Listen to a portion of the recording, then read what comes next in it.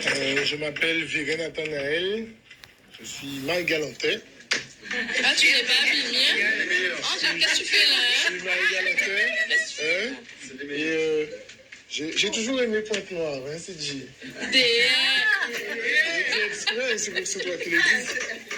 Et en fait, je suis délégué syndical fraîchement nommé. J'ai été nommé le 20 novembre 2022 à CGTG, à EDF PEI, Guadeloupe.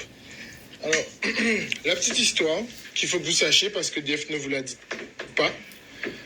EDF SA, c'est EDF Bergevin. La personne qui installe les compteurs chez vous, la personne qui vous envoie les factures et la personne qui gère la distribution électrique, c'est EDF SA. Pour des raisons financières, EDF SA, qui détenait l'ancienne centrale de production de Jarry, a créé une entreprise, SAS, EDF PEI. Pourquoi? Parce que tout simplement, il ne pouvait pas bénéficier, avec son ancien statut, des subventions. Et aujourd'hui, en créant EDF PEI, il obtient par année 72 millions d'euros de subventions. Que la centrale tourne ou qu'elle ne tourne pas. D'accord? Oui, madame. Production électrique insulaire. Et vous remarquerez que lorsque il s'agit de critiquer les agents grévistes de cette centrale, ils parlent de PEI, ils ne parlent pas d'EDF. Et lorsqu'il s'agit de parler d'argent, ils parlent d'EDF PEI. Tiens, après, je vais vous dire une autre chose sur cette très belle entreprise qui, quand vous passez à une superbe enseigne, cette entreprise est détenue aujourd'hui à 90% par l'État. Eh oui, EDF détient la centrale de Jarry à 90%.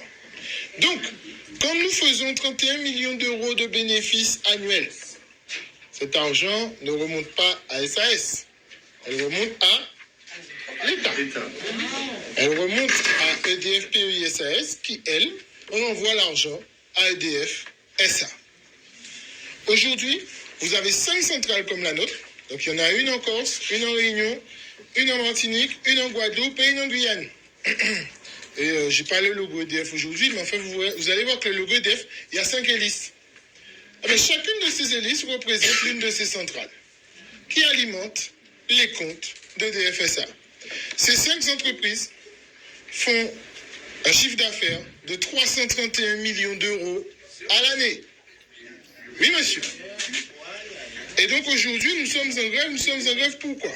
Nous sommes en grève parce que EDF ne respecte pas le temps de travail. Normalement, tout le monde doit travailler 35 heures. En dehors des remplacements, en dehors des formations, en moyenne, on travaille déjà 44 heures.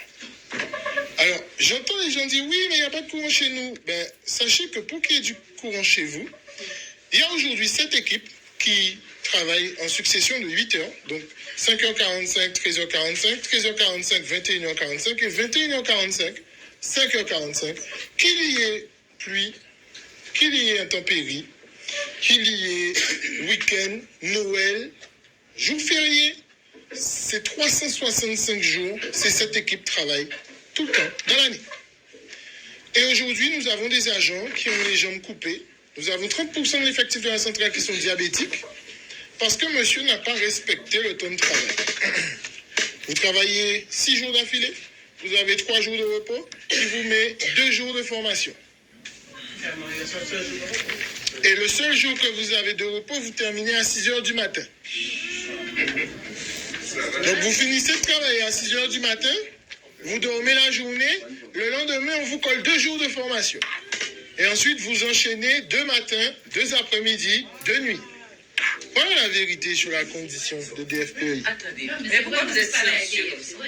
Pourquoi nous sommes silencieux? Nous sommes pas silencieux encore. Mais non, parce que au fait, Non, on n'est pas aujourd'hui j'ai l'information, mais moi tout ce que je vois, c'est que tous les soirs, à la même heure, depuis quelque temps, vous me coupez là. On va y arriver. Il y arrive. On va y arriver. Il y arrive. D'accord, on va y arriver. Ensuite, vous avez des intérimaires. Donc, vous avez des parents guadeloupéens qui, avec leur salaire de misère, se privent de tout manicure, cheveux, souliers, tous les week-ends débordés. Hein, des papas qui, au lieu d'acheter des belles voitures, des belles motos ou de beaux bateaux, ne le font pas pour envoyer nos enfants en études à l'étranger. Et vous avez un système de recrutement qui est mis en place où on dit aux enfants, si tu publies ton diplôme, tu ne seras pas embauché.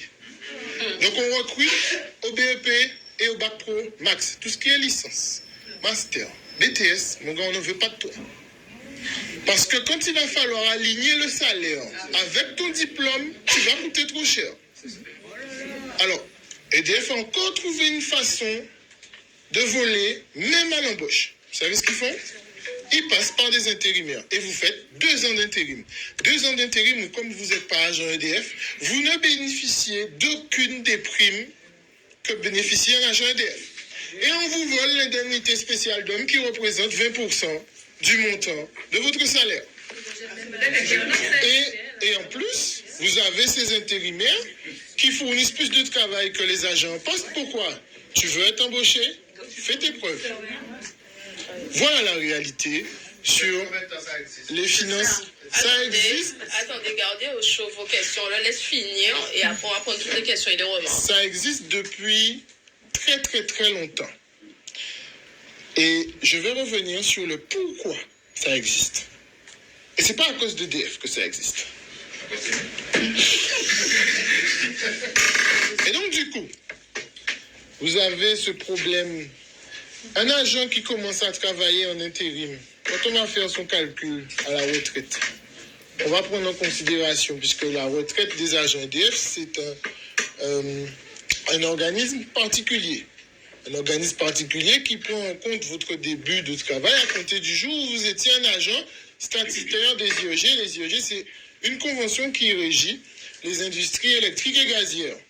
Donc vous perdez 2 ans de cotisation puisque vous étiez intérimaire, vous n'étiez pas au statut. Eh oui. Donc au lieu de travailler 40 ans, il va falloir bousser 2 ans à 3 ans de plus parce que bon, tu as commencé à cotiser 2 ans en retard même si tu étais payé. Eh oui, tu n'étais qu'un stagiaire, mon gars. Ensuite, vous avez les primes. Ah oui, les agents EDF ont fermé la bouche pendant longtemps parce qu'il y avait des primes. Parce que le salaire de base des agents EDF n'était pas si élevé que ça. Par contre, les primes, oui. Les primes de pénibilité, salissure, habillage, déshabillage, indemnité kilométrique pour aller venir travailler, etc. Ben, au fur et à mesure, EDF a supprimé tout ça. Et comme il y avait des gens qui, au lieu de faire du syndicalisme ou du collectif, ont toujours fait du syndicalisme, mais unipersonnel.